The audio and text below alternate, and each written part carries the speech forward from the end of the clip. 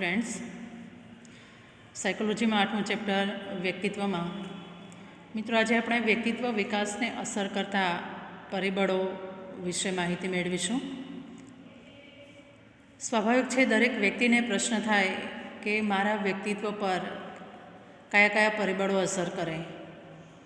અહીંયા આપણે 4 પરિબળોની ચર્ચા કરશું: જૈવિક પરિબળો, શારીરિક પરિબળો, મનોવૈજ્ઞાનિક પરિબળો અને સામાજિક અને સાંસ્કૃતિક પરિબળો. એમાં સૌપ્રથમ છે જૈવિક પરિબળો. મિત્રો, મનોવિજ્ઞાનના વિકાસના શરૂઆતના વર્ષોમાં એક એવો અભિપ્રાય પ્રવર્તતો હતો કે વ્યક્તિત્વના નિર્ણાયક પરિબળોમાં જૈવિક વારસો જ મુખ્ય બાબત છે. એટલે કે વ્યક્તિત્વના વિકાસ માટે માતા પિતા તરફથી બાળકને જે કંઈ વારસો મળે છે એ જ મુખ્ય છે. અર્થાત એનો મતલબ એવો થયો કે આપણને અમુક પ્રકારનો જે વારસો મળે છે એના આધારે જ આપણું વ્યક્તિત્વ ઘડાય. હવે આ વિચારના પ્રત્યાઘાત પડ્યા, એનો વિરોધ થયો કે પર્યાવરણનું પણ મહત્ત્વ છે, એવો વિચાર પણ અસ્તિત્વમાં આવ્યો. એટલે જેમ જેમ મનોવિજ્ઞાનનો વિકાસ થતો ગયો તેમ તેમ સંશોધનો દ્વારા આ બંને વિચારધારાઓને વૈજ્ઞાનિક રીતે ચકાસવામાં આવી અને અભ્યાસના આધારે એવું તારવવામાં આવ્યું કે વ્યક્તિત્વના બધા જ પાસાઓની સમજૂતી માત્ર વારસાગત પરિબળો કે માત્ર પર્યાવરણના પરિબળોથી આપી શકાય નહીં. આપણા વ્યક્તિત્વનું દરેક પાસું બંને પ્રકારના પરિબળો વચ્ચેની આંતરક્રિયાનું પરિણામ છે, એટલે કે વારસો અને પર્યાવરણ. મિત્રો, વ્યક્તિત્વ વિકાસ ઉપર અસર કરતા અનેક પરિબળોમાંનું પહેલું પરિબળ છે જૈવિક પરિબળ. જૈવિક પરિબળ એ વ્યક્તિત્વના ચોક્કસ બંધારણને ઘડનારું મહત્ત્વનું અને પાયાનું પરિબળ છે એમ કહી શકાય. દરેક વ્યક્તિને માતા પિતા તરફથી પ્રત્યક્ષ રીતે વારસો છે પ્રાપ્ત થાય, પરંતુ તેની એક સળંગ શ્રેણી છે અને આ વારસા શ્રેણીની અંદર પ્રત્યેક કક્ષા લક્ષણની સામાન્યતા અને ભિન્નતા નક્કી કરે છે. આપણે જોઈએ છીએ એક જ માતા પિતાના સંતાન હોવા છતાં દરેક સંતાન છે એક સરખા નથી. એટલે દરેક વ્યક્તિને તેના પ્રાણી વર્ગ, વંશ, કુટુંબ કે માતા પિતા તરફથી રંગસૂત્રોનું જે વિશિષ્ટ સંયોજન મળે છે એ અનુસાર એનો વિશિષ્ટ વારસો છે ઘડાય છે. એટલે વ્યક્તિની બાબતમાં જોવા મળતા આવા વ્યક્તિગત તફાવતને કારણે કયું કારણ જવાબદાર છે? તો આનુવંશિક પરિબળોની નિર્ણાયક અસર છે ગણવામાં આવે છે કે વ્યક્તિગત તફાવત, વ્યક્તિગત ભિન્નતાનું ઉદ્ગમ સ્થાન શું? તો કે આનુવંશિક પરિબળોની નિર્ણાયક અસર, એટલે કે વારસામાં જે કંઈ પરિબળો મળે છે તે મહત્ત્વનો ભાગ ભજવે છે.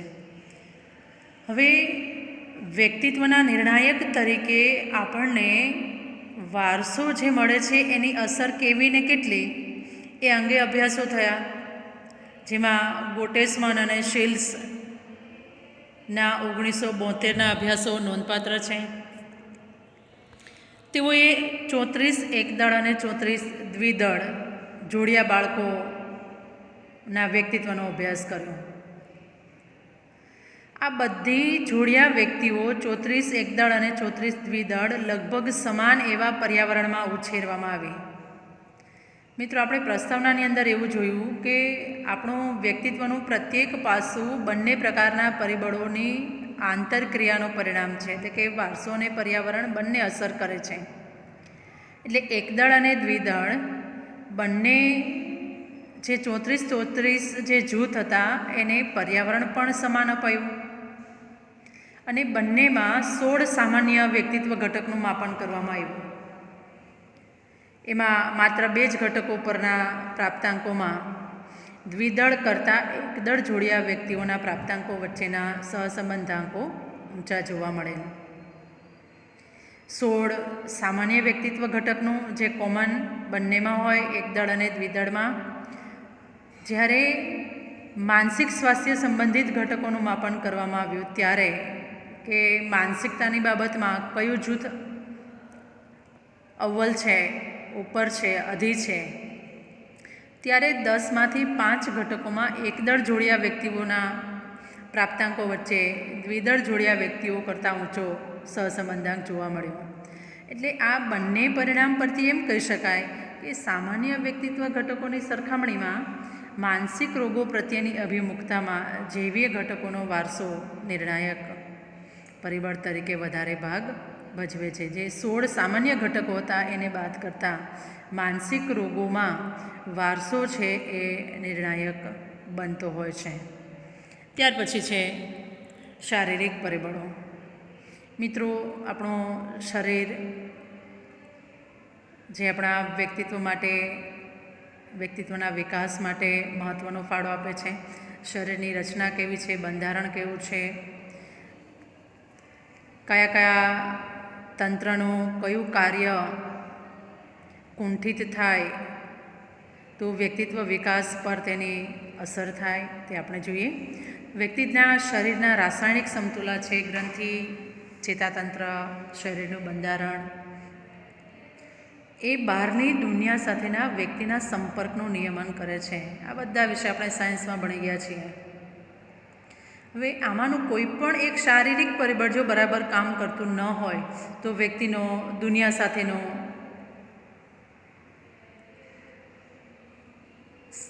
અનુભવો પ્રાપ્ત કરવાની તકો છે મર્યાદિત થઈ જાય, દુનિયા સાથેનો સંપર્ક મર્યાદિત થઈ જાય. એટલે પરિણામે વ્યક્તિત્વ વિકાસનું વર્તુળ મર્યાદિત બની જાય. એનું વ્યક્તિત્વ જે ડેવલપ થવું જોઈએ એ થાય નહીં.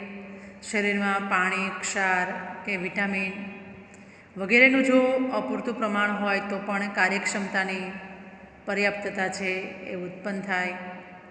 અંતઃસ્રાવનું સંતુલન જો તૂટે, આપણા હોર્મોન્સમાં જો બેલેન્સ જળવાય નહીં તો પણ આપણો વ્યક્તિત્વ વિકાસ છે રૂંધાય છે. મિત્રો, અમુક સંજોગોમાં વિકૃત વ્યક્તિત્વ તરફ પણ દોરી જાય છે. આપણે જોઈએ ચેતાતંત્રની ખામીને કારણે ધ્યાન, સ્મૃતિ, પ્રત્યક્ષીકરણ, શીખવાની ક્રિયા, વિચાર કે આપણા કોઈપણ કાર્યો છે, કૌશલ્યો છે જેવા ઉચ્ચ મનોવ્યાપારો પર ચેતાતંત્રમાં જો ખામી આવે તો આ મનોવ્યાપાર પર, માનસિક ક્રિયાઓ પર ખામી આવે છે.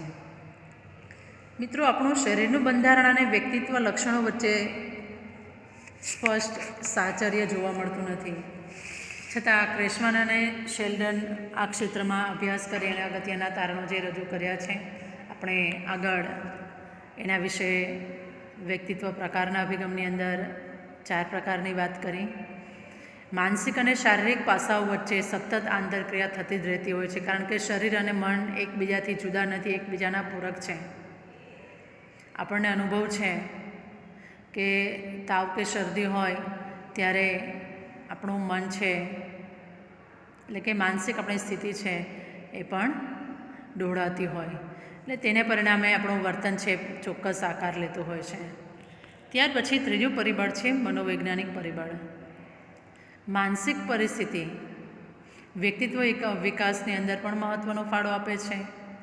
આપણી બુદ્ધિ, કલ્પના શક્તિ, દુનિયાનું અર્થઘટન એટલે કે પ્રત્યક્ષીકરણ, તર્ક શક્તિ, મેમરી પાવર, ડિસિઝન પાવર, આ બધાની અસર આપણા વ્યક્તિત્વ વિકાસ પર થાય.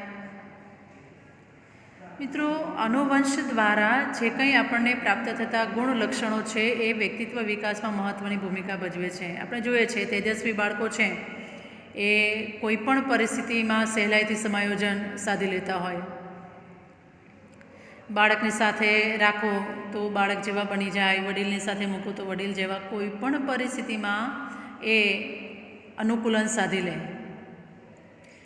ઇવન વિકટ પરિસ્થિતિ હોય, કોઈ પણ સમસ્યા હોય તો પણ પોતાનો માર્ગ શોધી લે, કારણ કે એ બાળક આત્મવિશ્વાસ ધરાવનાર હોય. એનાથી ઉલટું છે, નબળી માનસિક શક્તિઓ ધરાવનાર બાળક છે એ સમાજમાં કુસમાયોજિત એટલે કે સમાયોજન સાધી શકતા નથી, અનુકૂલન સાધી શકતા નથી. એટલે વ્યક્તિત્વ વિકાસની અંદર મનોવૈજ્ઞાનિક પરિબળો પણ મહત્ત્વનો ફાળો આપે છે. ત્યાર પછી છે આપણો સમાજ અને સંસ્કૃતિ તો ખરા જ, કારણ કે કોરી સ્લેટ જેવું જન્મેલું બાળક પોતાના કુટુંબ, શાળા અને સમાજમાં મોટું થાય છે. એટલે આપણા વ્યક્તિત્વ વિકાસની અંદર સૌથી સૌથી વિશેષ પ્રદાન જો કોઈ હોય તો એ કુટુંબનું છે. જો કુટુંબનું પર્યાવરણ છે એ બાળકની જરૂરિયાતોને યોગ્ય રીતે સંતોષનારું હોય તો બાળક જ્યારે મોટું થાય એટલે કે તરુણાવસ્થા કે પુખ્તાવસ્થામાં આવે ત્યારે તેનું વ્યક્તિત્વ સ્વસ્થ અને સંતુલિત બને છે. મિત્રો, બાળું છે એ કોઈ સહેલી વાત નથી.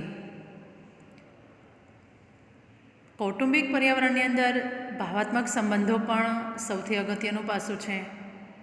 જે કુટુંબની અંદર ભાવાત્મક સંબંધ અને બાળક પ્રત્યેના રસનો અભાવ હોય, માતા પિતા છે બાળકમાં બિલકુલ રસ ન લેતા હોય, માતા પિતા વચ્ચે ઘર્ષણ થતું હોય, માતા પિતા અને બાળક વચ્ચે સાથીદાર તરીકેના સંબંધનો અભાવ હોય, એ ઉપરાંત મૃત્યુ, માતા પિતા બેમાંથી કોઈનું મૃત્યુ થયું હોય, ડિવોર્સ થયા હોય, એને કારણે કુટુંબ ખંડિત એટલે કે વિખેરાઈ ગયું હોય, તેવા કુટુંબમાં બાળકમાં આવેગિક અસ્થિરતા જોવા મળે છે. એટલે કે બાળક છે એ પોતાના આવેગો ઉપર નિયંત્રણ રાખી શકતું નથી.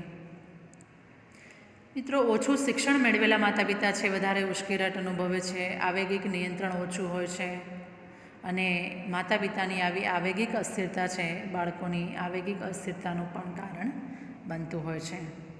એ ઉપરાંત સમાજમાં પ્રચલિત સામાન્ય મૂલ્યો, સમાજનું આસપાસનું વાતાવરણ પણ બાળકના વ્યક્તિત્વ વિકાસ ઉપર ઊંડી અસર પહોંચાડે છે. જો સમાજનું પર્યાવરણ જડ ન હોય, ચુસ્ત ન હોય, પરંતુ મોકળાશભર્યું હોય તો સમાજના સભ્યોનું વ્યક્તિ તરફનું વર્તન પ્રેરક હોય, પ્રોત્સાહક હોય. વ્યક્તિને યોગ્ય સામાજિક આંતરક્રિયાઓ માટે પણ પૂરતી તક મળે છે. તેને સમાજ તરફથી પૂરતો પ્રેમ, સ્નેહ, પૂરો આદર મળે છે, સહાનુભૂતિ પ્રાપ્ત થાય છે, સ્વીકૃતિ મળે છે. એ ઉપરાંત પોતાના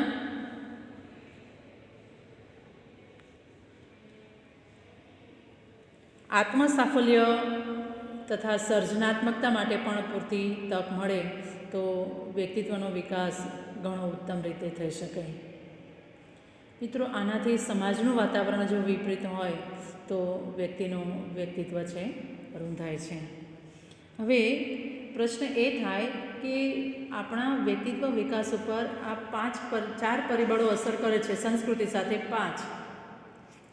તો એનું માપન કઈ રીતે કરવું? તો મનોવિજ્ઞાનની અંદર વિવિધ પદ્ધતિઓ છે વ્યક્તિત્વના માપન માટેની, જેની ચર્ચા છે આપણે હવે પછીના વિડીયોમાં કરીશું.